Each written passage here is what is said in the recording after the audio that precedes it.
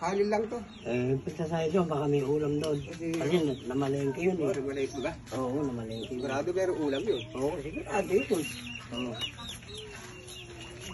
Hoy! At ikaw? Katal ba? Yung ulam ka dyan? Wala rin, kanin lang di akin eh. Hindi, baka may ulam doon si ano, dahil namalengke yun. Oo. Ay, pero yun, makakahingi tayo. Kasi po, yun ang grocery yung para sa ating sweldo eh. Kaya Sigurado eh. wala. Natin, makasakali. Oo. Uy, ang sarap ng ulam ko. Adobong tuyong-tuyo. Ay, masarap to.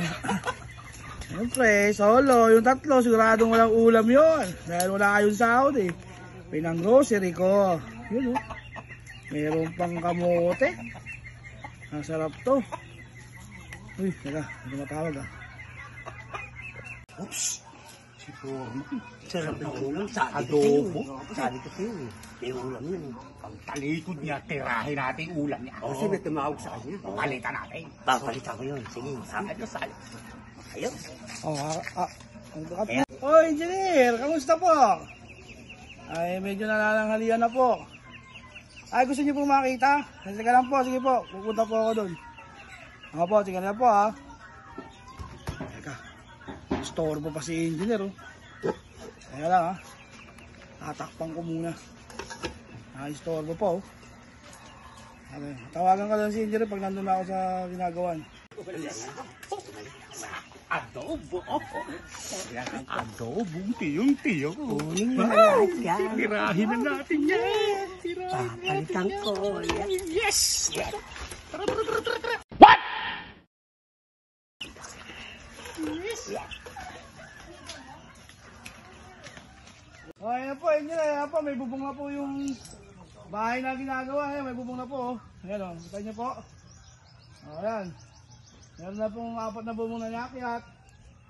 Kahit pa paano yung mga boy break time, may nagagawa naman o. Oo.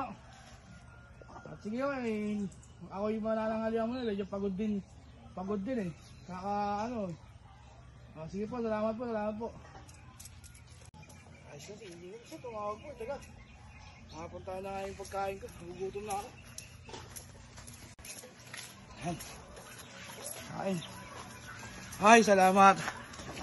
Makakain din na masarap. Adobong tuyong-tuyo. Let's go.